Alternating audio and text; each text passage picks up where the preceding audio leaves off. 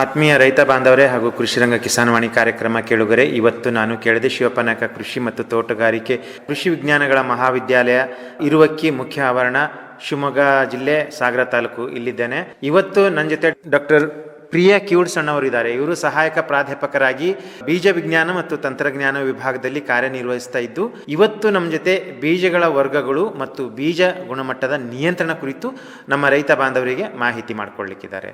ಪ್ರಥಮವಾಗಿ ಭದ್ರಾವತಿ ಆಕಾಶವಾಣಿ FM ಕೇಂದ್ರದಿಂದ ತಮಗೆ ಸ್ವಾಗತ ಕೋರುತ್ತಾ, ನಮಸ್ಕಾರ ಮೇಡಮ್. ನಮಸ್ಕಾರ. ಹೇಳಿ, ಈ ಒಂದು ಬೀಜಗಳ ವರ್ಗಗಳು ಮತ್ತು ಬೀಜ ಗುಣಮಟ್ಟದ ಒಂದು ನಿಯಂತ್ರಣ ಅಂದರೆ ಏನು, ಮತ್ತೆ ಯಾವ ರೀತಿಯಿಂದ ನೀವು ರೈತ ಬಾಂಧವರಿಗೆ ಅರ್ಥ ಮಾಡಿಸ್ತೀರಿ? ಬೀಜಗಳಲ್ಲಿ ಬೇರೆ ಬೇರೆ ವರ್ಗಗಳೆಂತಿದ್ದಾವೆ. ಮೊದಲನೇದಾಗಿ ಮೂಲ ಬೀಜ ಅಂದರೆ ತಾಯಿ ಬೀಜ ಅಂತೀವಿ. ಅದಕ್ಕೆ ನಾವು ತಾಯಿ ಬೀಜನ ನ್ಯೂಕ್ಲಿಯಸ್ ಸೀಡ್ಸ್ ಅಂತಲೂ ಕರಿತೀವಿ ಇಂಗ್ಲೀಷಲ್ಲಿ. ಆಮೇಲೆ ತಾಯಿ ಬೀಜದ ಮುಂದಿನ ಹಂತ ಬ್ರೀಡರ್ ಸೀಡ್ ಅಂತೀವಿ. ಬ್ರೀಡರ್ ಸೀಡಿನ ಮುಂದಿನ ಹಂತ ಫೌಂಡೇಶನ್ ಸೀಡ್. ಫೌಂಡೇಶನ್ ಸೀಡಿನ ಮುಂದಿನ ಹಂತ ಬೀಜಗಳಲ್ಲಿ ಬೇರೆ ಬೇರೆ ವರ್ಗಗಳಂತಿದ್ದಾವೆ. ಮೊದಲನೇದಾಗಿ ನ್ಯೂಕ್ಲಿಯಸ್ ಸೀಡ್, ಅದನ್ನು ನಾವು ಕನ್ನಡದಲ್ಲಿ ತಾಯಿ ಬೀಜ ಅಥವಾ ಮೂಲ ಬೀಜ ಅಂತಲೂ ಕರಿತೀವಿ. ತಾಯಿ ಬೀಜ. ಇದ್ರ ನೆಕ್ಸ್ಟ್ ಬರೋದು ಮುಂದಿನ ವರ್ಗ ಬ್ರೀಡರ್ ಸೀಡ್. ಬ್ರೀಡರ್ ಸೀಡು ಮುಂದಿನ ಹಂತ ಫೌಂಡೇಶನ್ ಸೀಡ್. ಫೌಂಡೇಶನ್ ಸೀಡ್ ಅದರ ಮುಂದಿನ ಹಂತ ಸರ್ಟಿಫೈಡ್ ಸೀಡ್. ಇದು ಬೀಜದಲ್ಲಿರುವ ಬೇರೆ ಬೇರೆ ವರ್ಗಗಳು. ಇವು 4 ಪ್ರಮುಖವಾದ ವರ್ಗಗಳು ನಮ್ಮ ಸೀಡ್ ಪ್ರೊಡಕ್ಷನ್ ಚೈನಲ್ಲಿರುವಂಥ ಬೀಜದ ಬೇರೆ ಬೇರೆ ವರ್ಗಗಳು ಇವು. ಈಗ ಬೀಜಗಳ ವರ್ಗಗಳ ಬಗ್ಗೆ ಹೇಳಿದ್ರಿ. ಈ ಬೀಜಗಳಲ್ಲಿ ಬೀಜಗಳ ವರ್ಗಗಳನ್ನು ಹೇಗೆ ಮಾಡ್ತಾರೆ ಅಥವಾ ಹೇಗೆ ವಿಂಗಡಿಸ್ತಾರೆ ಅಂತ ಅನ್ನೋದ್ರ ಬಗ್ಗೆ ಸ್ವಲ್ಪ ಸಂಕ್ಷಿಪ್ತ ಮಾಹಿತಿ ಕೊಡಿ. ನ್ಯೂಕ್ಲಿಯಸ್ ಸೀಡನ್ನು ಹೊರಗಡೆ ಮಾರಾಟ ಮಾಡಲ್ಲ. ಹಾಗಾಗಿ ಅದಕ್ಕೇನು ನಾವು ವಿಂಗಡಣೆ ಆಗಿರ್ಬೋದು ಅಥವಾ ಅದನ್ನು ಗುರುತಿನ ಚೀಟಿ ಅಂತ ಅದಕ್ಕಿರಲ್ಲ. ನ್ಯೂಕ್ಲಿಯಸ್ ಸೀಡಿಗೆ ಯಾವುದೇ ಗುರುತಿನ ಚೀಟಿ ಇರೋದಿಲ್ಲ. ಯಾಕಂದರೆ ಅದು ಮೂಲವಾದ ಬ್ರೀಡರ್ ಅಂದರೆ ತಳಿ ವಿಜ್ಞಾನಿಯವರ ಹತ್ರ ಮಾತ್ರ ಅದು ಇರುತ್ತೆ. ಅದನ್ನು ಅವರು ಯಾರಿಗೂ ಹಸ್ತಾಂತರ ಮಾಡುವುದಿಲ್ಲ. ಹಾಗಾಗಿ ಅದನ್ನು ಗುರುತು ಹಿಡಿಯಲಿಕ್ಕೆ ಏನಾದರೂ ಗುರುತಿನ ಚೀಟಿ ಬೇಕಾಗಿಲ್ಲ, ಅವಶ್ಯಕತೆ ಇಲ್ಲ. ಆದರೆ ಬ್ರೀಡರ್ ಸೀಡಿಗೆ ಗುರುತಿನ ಚೀಟಿ ಒಂದನ್ನು ಇಶ್ಯೂ ಮಾಡ್ತಾರೆ ಅಥವಾ ಕೊಡ್ತಾರೆ. ಅದು ಗೋಲ್ಡನ್ ಯೆಲ್ಲೋ ಕಲರ್ ಇದ್ದಾಗಿರುತ್ತೆ. ಆ ಗುರುತಿನ ಚೀಟಿ ಮೇಲೆ ಬ್ರೀಡರ್ ಸೀಡ್ದು ಅದರದ್ದು ಸ್ಪೆಸಿಫಿಕೇಶನ್ಸ್ ಇರ್ತವೆ. ಜರ್ಮಿನೇಷನ್ ಪರ್ಸೆಂಟೇಜ್ ಆಗಿರೋದು, ಜರ್ಮಿನೇಷನ್ ಅಂದರೆ ಬೀಜ ಮೊಳಕೆ ಪರೀಕ್ಷೆದ್ದು ಪರ್ಸೆಂಟೇಜ್ ಆಗಿರ್ಬೋದು, ಅದರಲ್ಲಿ ಎಷ್ಟು ಪ್ಯೂರ್ ಸೀಡ್ ಪರ್ಸೆಂಟೇಜ್ ಇದೆ, ಅದೇ ಥರ ಎಲ್ಲ ಅದರ ಮಾಯಿಶ್ಚರ್ ಕಂಟೆಂಟ್ ಆಗಿರ್ಬೋದು ಎಲ್ಲನೂ ಅದರಲ್ಲಿ ನಮೂದಿಸಿರ್ತಾರೆ. ಹಾಗಾಗಿ ಒಂದು ವೇಳೆ ಆ ಬೀಜದ ಪ್ಯಾಕೆಟ್ ಮೇಲೆ ಗೋಲ್ಡನ್ ಯೆಲ್ಲೋ ಕಲರ್ ಗುರುತಿನ ಚೀಟಿ ಇದ್ದರೆ ಅದನ್ನು ನಾವು ಬ್ರೀಡರ್ ಸೀಡ್ ಅಂತ ಗುರುತು ಮಾಡ್ಕೊತೀವಿ. ಅದೇ ಥರ ಫೌಂಡೇಶನ್ ಸೀಡಿಗೆ ಬಂದಾಗ ಗುರುತಿನ ಚೀಟಿ ಒಂದು ಬಿಳಿ ಕಲರ್ದಾಗಿತ್ತಂದರೆ, ವೈಟ್ ಕಲರ್ ಇತ್ತಂದರೆ ಅದನ್ನು ನಾವು ಫೌಂಡೇಶನ್ ಸೀಡ್ ಅಂತೀವಿ. ಅದೇ ಥರ ಸರ್ಟಿಫೈಡ್ ಸೀಡ್ ಪ್ಯಾಕೆಟ್ ಮೇಲೆ ಅಜೂರ್ ಬ್ಲೂ ಕಲರ್ ಅಂತೀವಿ. ನೀಲಿ ಬಣ್ಣದ ಗುರುತಿನ ಚೀಟಿ ಇದ್ದರೆ ಅಂಥ ಬೀಜಗಳ ಪ್ಯಾಕೆಟ್ಗಳನ್ನು ನಾವು ಇದು ಸರ್ಟಿಫೈಡ್ ಸೀಡದ್ದು ಪ್ಯಾಕೆಟ್ ಅಂತ, ಅಂದರೆ ಯಾರು ಗೊತ್ತಿಲ್ಲದ ಸಾಮಾನ್ಯ ಜನರು ಕೂಡ ಆ ರೀತಿ ಅದನ್ನು ಡಿಫ್ರೆನ್ಷಿಯೇಟ್ ಮಾಡಿ, ಅಂದರೆ ಬೇರೆ ಬೇರೆ ಮಾಡಿ ವಿಂಗಡಣೆ ಮಾಡಿ ಗುರುತು ಹಿಡಿಬೋದು. ಹಾಗಾಗಿ ಈ ಎಲ್ಲ ಬೀಜಗಳಿಗೂ ಗುರುತಿನ ಚೀಟಿ ಇದ್ದಾವೆ. ಯಾಕಂದರೆ ಇವು ನಮ್ಮ ಸೀಡ್ ಚೈನ್ ಅಂತೀವಲ್ಲ, ನಮ್ಮ ಸೀಡ್ ಚೈನಲ್ಲಿ ಇರುವಂಥ ಇಂಪಾರ್ಟೆಂಟ್ ಸ್ಟೇಜಸ್ ಇವು. Breeder seed, foundation seed, certified seed. ಈ ರೀತಿ ನಾವು ಅವುಗಳನ್ನು ಗುರ್ತು ಮಾಡ್ಕೋಬೋದು. ಆಮೇಲೆ ಈಗ ಈ ಬೀಜಗಳಲ್ಲಿ ಬೇರೆ ಬೇರೆ ವರ್ಗಗಳ ಬೀಜ ಎಂದು ಹೇಗೆ ನಾವು ಕಂಡು ಹಿಡಿಬೇಕು ಅಂತ ಅನ್ನೋದು ಇವಾಗಲೇ ಹೇಳ್ತಾ ಇದ್ದೀರಿ, ಯಾವ ರೀತಿ ನಾವು ಗುರುತು ಹಿಡಿಸ್ಬೋದು ಅಂತ. ಆದರೂ ಇನ್ನೂ ಒಂದು ಸಂಕ್ಷಿಪ್ತವಾಗಿ ಈಗ ನಾನು ಹೇಳಿದೆ, ಗುರುತಿನ ಚೀಟಿಗಳ ಮುಖಾಂತರ ನಾವು ಬೇರೆ ಬೇರೆ ವರ್ಗಗಳಾಗಿ ನಾವು ಈಸಿಲಿ ಕಂಡುಹಿಡಿತೀವಿ. ಅದೇ ಬ್ರೀಡರ್ ಸೀಡ್ ಅಂತಂದರೆ ಅಲ್ಲಿ 100% ಪ್ಯೂರಿಟಿ ಇದ್ದೇ ಇರುತ್ತೆ. 99% ಜರ್ಮಿನೇಷನ್ ಬರಲೇಬೇಕು, 99% ಪ್ಯೂರ್ ಸೀಡ್ಸ್ ಇರಲೇಬೇಕು. ಆ ಗುರುತಿನ ಚೀಟಿ ಮೇಲೆ ಇರುತ್ತೆ. ಜೆನೆಟಿಕ್ ಪ್ಯೂರಿಟಿ ಎಷ್ಟಿದೆ, ಫಿಸಿಕಲ್ ಪ್ಯೂರಿಟಿ ಎಷ್ಟಿದೆ, ಅದರ ಮೇಲೆ ನಾವು ಬೀಜಗಳನ್ನು ವಿಂಗಡಣೆ ಮಾಡಿರ್ತೀವಿ. ಮತ್ತು ನಾವು ಬ್ರೀಡರ್ ಸೀಡಿಗೆ ಅಂದರೆ ಅಲ್ಲಿ 100% ಪ್ಯೂರಿಟಿ ಮೇಂಟೈನ್ ಆಗಿರುತ್ತೆ. ಅದು ಮತ್ತು ನಾವು ಗುರುತಿನ ಚೀಟಿ ಮೇಲೆ ಅದನ್ನೆಲ್ಲ ನಮೂದಿಸಿಬಿಟ್ಟಿರ್ತೀವಿ. ಅದೇ ಥರ ಫೌಂಡೇಶನ್ ಸೀಡ್ಗಳನ್ನ ಹೇಳಿದೆ ನಾನು, ಅಲ್ಲಿ ಬಿಳಿ ಬಣ್ಣದ ಗುರುತಿನ ಚೀಟಿ ಇರುತ್ತೆ. ಆ ಬಿಳಿ ಬಣ್ಣದ ಗುರುತಿನ ಚೀಟಿ ಮೇಲೆ ಎಷ್ಟು ಪ್ಯೂರಿಟಿ, ಜೆನೆಟಿಕ್ ಪ್ಯೂರಿಟಿ ಆಗಿರ್ಬೋದು, ಫಿಸಿಕಲ್ ಪ್ಯೂರಿಟಿ ಸ್ಟ್ಯಾಂಡರ್ಡ್ಸನ್ನು ನಾವು ನಮೂದಿಸಿರ್ತೀವಿ. ಅಲ್ಲಿ ಎಷ್ಟು ಫಿಸಿಕಲ್ ಪ್ಯೂರಿಟಿ ಇದೆ, ಎಷ್ಟು ಜೆನೆಟಿಕ್ ಪ್ಯೂರಿಟಿ ಇದೆ ಅಂತ ಆ ಸಂಖ್ಯೆಗಳ ಮೇಲೇನೂ ನಾವು ಗುರ್ತ ಮಾಡ್ಕೋಬೋದು. ಅದೇ ಥರ ಸರ್ಟಿಫೈಡ್ ಸೀಡು. ಆಮೇಲೆ ನಾನು ಹೇಳ್ತಾ ಬಂದೆ, ಈಗ breeder seed, foundation seed, certified ಸೀಡು, ಈ 3 ಹಂತ. ಇದರಲ್ಲಿ ಅತಿ ಹೈಯೆಸ್ಟ್ ಕ್ವಾಲಿಟಿ ಅಂತಂದರೆ ಬ್ರೀಡರ್ ಸೀಡು. ಮೊದಲನೇದಾಗಿ ಹೇಳಿದ್ನಲ್ಲ, ಅದು 100% ಪ್ಯೂರಿಟಿ ಇರಲೇಬೇಕು, ಅಂದರೆ ಅದು ಹೈಯೆಸ್ಟ್ ಕ್ವಾಲಿಟಿ. ಅದು ಅದರ ನಂತರ ಬರೋದು ಫೌಂಡೇಶನ್ ಸೀಡ್. ಸ್ವಲ್ಪ 1% ವೇರಿಯೇಷನ್ ಇದ್ದು ನಡೀತೈತೆ ಅಂದರೆ ಫೌಂಡೇಶನ್ ಸೀಡ್ ಅಂತ. ಅದರಿಗಿಂತ ಸ್ವಲ್ಪ ಕಡಿಮೆ ಅಂತಂದರೆ ಸರ್ಟಿಫೈಡ್ ಸೀಡ್. ಅಂದರೆ ಅದೇ ಇವು ನಾ ಹೇಳಿದ್ನಲ್ಲ, ಈಗ ಫಿಸಿಕಲ್ ಪ್ಯೂರಿಟಿ ಇರ್ಬೋದು, ಜೆನೆಟಿಕ್ ಪ್ಯೂರಿಟಿ ಇರ್ಬೋದು. ಫಿಸಿಕಲ್ ಪ್ಯೂರಿಟಿಯಲ್ಲಿ ಪ್ಯೂರ್ ಸೀಡ್ ಎಷ್ಟಿದ್ದಾವೆ, ಶುದ್ಧ ಬೀಜಗಳು ಎಷ್ಟು ಸಂಖ್ಯೆ ಎಷ್ಟಿದೆ, ಕಸಕಡ್ಡಿಗಳು ಎಷ್ಟಿದ್ದಾವೆ ಎಲ್ಲ ನಮೂದಿಸಿರ್ತಾರೆ. ಕಸಕಡ್ಡಿಗಳ ಸಂಖ್ಯೆ ಇಲ್ಲಿ ತುಂಬ ಕಡಿಮೆ ಇರುತ್ತೆ ಬ್ರೀಡರ್ ಸೀಡಲ್ಲಿ. ಅದೇ ನಾವು ಹೋಗ್ತಾ ಬಂದಾಗ 1.5%, 0.1% ಅಷ್ಟೇ ಇರುತ್ತೆ ಇರುತ್ತೆ, ಇದ್ರಿಗಿಂತ ಜಾಸ್ತಿ ಇರೋದಿಲ್ಲ. ಈ ಸಂಖ್ಯೆ ಮೇಲೇನೂ ನಾವು ಕಂಡುಹಿಡಿಬೋದು ಯಾವುದು breeder seed, foundation seed, certified ಸೀಡು. But ಗುರುತಿನ ಚೀಟಿಯಿಂದನೇ ನಾವು ಮುಖ್ಯವಾಗಿ ಕಂಡುಹಿಡಿತೀವಿ. ಆ ಗುರುತಿನ ಚೀಟಿಗಳನ್ನು ಆಧಾರದ ಮೇಲೆ ನಾವು ಇವು ಯಾವ ವರ್ಗಗಳ ಬೀಜಗಳೆಂದು ಕಂಡುಹಿಡಿಯುತ್ತೇವೆ. ಇದು ರೈತರ ಮಟ್ಟದಲ್ಲಿ ಈ ಬೀಜದ ವರ್ಗಗಳು ಬೆಳಿಬಹುದಾ ಮೇಡಮ್? ಇಲ್ಲ ಸರ್, ಈಗ ನಾನು ನ್ಯೂಕ್ಲಿಯಸ್ ಸೀಡ್ ಅಂದೆ. ನ್ಯೂಕ್ಲಿಯಸ್ ಸೀಡನ್ನು ಯಾವ ಸೈಂಟಿಸ್ಟು ಅಥವಾ ಯಾವ ತಳಿ ತಂತ್ರಜ್ಞಾನರು, ವಿಜ್ಞಾನಿಗಳು ಅದನ್ನು ಡೆವಲಪ್ ಮಾಡಿರ್ತಾರೆ, ಅವ್ರ ಹತ್ರ ಮೇಂಟೈನ್ ಆಗ್ತಿರ್ತವೆ. ಆಮೇಲೆ ಆ ನ್ಯೂಕ್ಲಿಯಸ್ ಬೀಜಗಳನ್ನು ಉಪಯೋಗಿಸಿ ಬ್ರೀಡರ್ ಸೀಡ್ ಆಗಿ ಕನ್ವರ್ಟ್ ಮಾಡ್ಕೊಂಡಿರ್ತಾರೆ. ಅಂದರೆ ಇಲ್ಲಿ ಕ್ವಾಂಟಿಟಿನೂ ಜಾಸ್ತಿ ಆಗುತ್ತೆ. ನ್ಯೂಕ್ಲಿಯಸ್ ಸೀಡ್ ಅಂದರೆ 1 kg 2 kg ಇರುತ್ತೆ. ಅದನ್ನು ನಾವು ಮಲ್ಟಿಪ್ಲಿಕೇಶನ್ ಮಾಡ್ಕೊಂಡಿರ್ತೀವಿ ಬ್ರೀಡರ್ ಸೀಡ್ ಆಗಿ. ಅಲ್ಲಿ ಬ್ರೀಡರ್ ಸೀಡನ್ನು ಯಾರು ಬೆಳಿಬೋದು ಅಂದರೆ ಅದನ್ನು ಬ್ರೀಡರ್ ಆಗಿರ್ಬೋದು, ಅಂದರೆ ತಳಿ ವಿಜ್ಞಾನಿ ಆಗಿರ್ಬೋದು, ಅಥವಾ ಯಾವುದೊಂದು ಇನ್ಸ್ಟಿಟ್ಯೂಟ್, ಈಗ ನಮ್ಮದು ಇನ್ಸ್ಟಿಟ್ಯೂಟ್ ಇದೆಯಲ್ಲ, ಅಗ್ರಿಕಲ್ಚರ್ ಯೂನಿವರ್ಸಿಟೀಸ್ SAUs ಆಗಿರ್ಬೋದು, ಅಥವಾ ಎಕ್ಸ್ಪರ್ಟ್ ಸೈಂಟಿಸ್ಟ್ ಏನು ಹೇಳ್ತಿದ್ದೇನಲ್ಲ, ಅವ್ರು ಅದನ್ನು ಮೇಂಟೆನೆನ್ಸ್ ಮಾಡ್ಕೊತಿರ್ತಾರೆ, ಅವ್ರು ಬೆಳೀತಿರ್ತಾರೆ. ಆಮೇಲೆ ನೆಕ್ಸ್ಟ್ ಹೇಳಿದ್ದೆ ನಾನು ನಿಮಗೆ ಫೌಂಡೇಶನ್ ಸೀಡ್ ಅಂದೆ. ಫೌಂಡೇಶನ್ ಸೀಡನ್ನು ಯಾರ್ಯಾರು ಬೆಳಿಬೋದು ಅಂದರೆ ಸೀಡ್ ಪ್ರೊಡಕ್ಷನ್ ಏಜೆನ್ಸಿ ಅಂತ ಇರ್ತವೆ ಸರ್, ಸೀಡ್ ಪ್ರೊಡ್ಯೂಸಿಂಗ್ ಏಜೆನ್ಸೀಸು. ಅಂದರೆ ಡಿಪಾರ್ಟ್ಮೆಂಟ್ ಆಫ್ ಅಗ್ರಿಕಲ್ಚರ್ ಇರ್ಬೋದು, ಅಥವಾ ಪಬ್ಲಿಕ್ ಸೆಕ್ಟರಲ್ಲಿ ಅಂದರೆ NSC, KSSC, SSC, SFCI ಇವರೆಲ್ಲ ಫೌಂಡೇಶನ್ ಸೀಡ್ಗಳನ್ನು ಬೆಳೀತಾರೆ ಸರ್.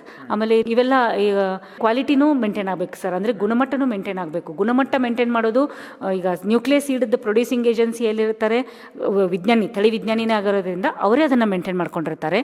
ಅದೇ ನಾವು ಬ್ರೀಡರ್ ಸೀಡ್ ಅಂತ ಬಂದಾಗ ಇಲ್ಲಿನೂ ತಳಿ ವಿಜ್ಞಾನಿನೇ ಅದನ್ನು ಮೇಂಟೆನೆನ್ಸ್ ಮಾಡ್ಕೊಂಡಿರ್ತಾರೆ. ಅದೇ ನಾವು ಫೌಂಡೇಶನ್ ಸೀಡ್ ಹೇಳಿದೆ ನಾನು, ಸೀಡ್ ಪ್ರೊಡ್ಯೂಸಿಂಗ್ ಏಜೆನ್ಸೀಸ್ ಬೆಳೀತಾ ಇದ್ರೂ ಇದನ್ನು ಸರ್ಟಿಫಿಕೇಟ್ ಮಾಡೋದು ಸೀಡ್ ಸರ್ಟಿಫಿಕೇಷನ್ ಏಜೆನ್ಸಿಯವರು ಸರ್ಟಿಫಿಕೇಟ್ ಮಾಡ್ತಾರೆ ಸರ್ ಫೌಂಡೇಶನ್ ಸೀಡನ್ನೆಲ್ಲ.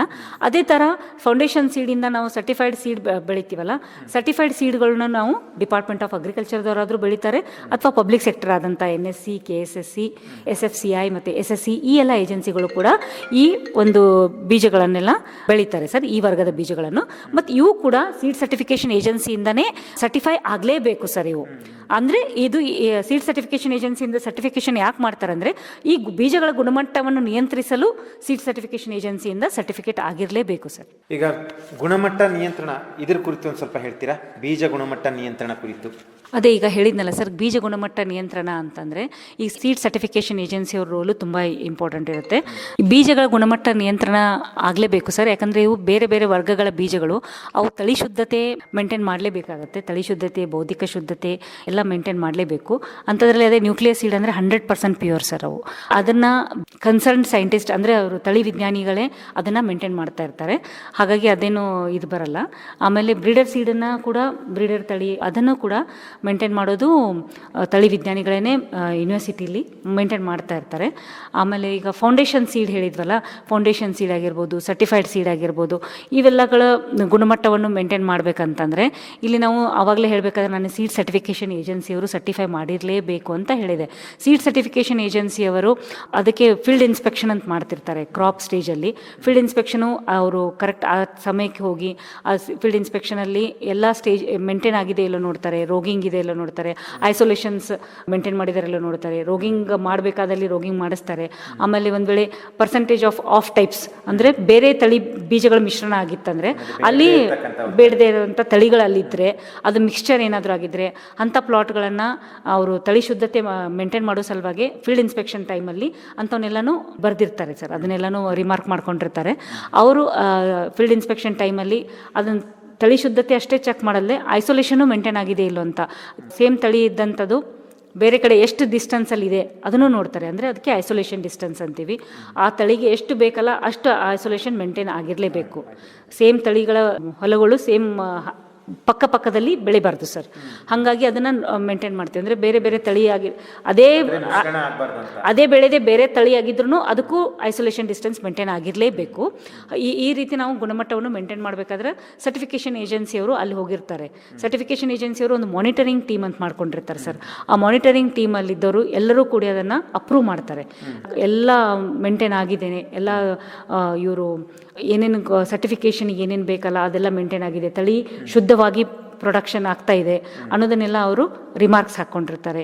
ಅದನ್ನೆಲ್ಲ ನೋಡಿಬಿಟ್ಟು ಅವರು ಒಂದು ಸರ್ಟಿಫಿಕೇಟ್ ಇಶ್ಯೂ ಮಾಡ್ತಾರೆ. ಇದರಿಂದ ನಮಗೆ ಕ್ವಾಲಿಟಿ ಕಂಟ್ರೋಲ್ ಆಗುತ್ತೆ. ಅಂದರೆ ಗುಣಮಟ್ಟವನ್ನು ನಾವು ಈ ರೀತಿ ಸೀಡ್ ಸರ್ಟಿಫಿಕೇಷನ್ ಏಜೆನ್ಸಿಯವರಾಗಿರ್ಬೋದು ಎಲ್ಲ ಹೋದಾಗ ನೋಡಿರ್ತಾರೆ ಸರ್.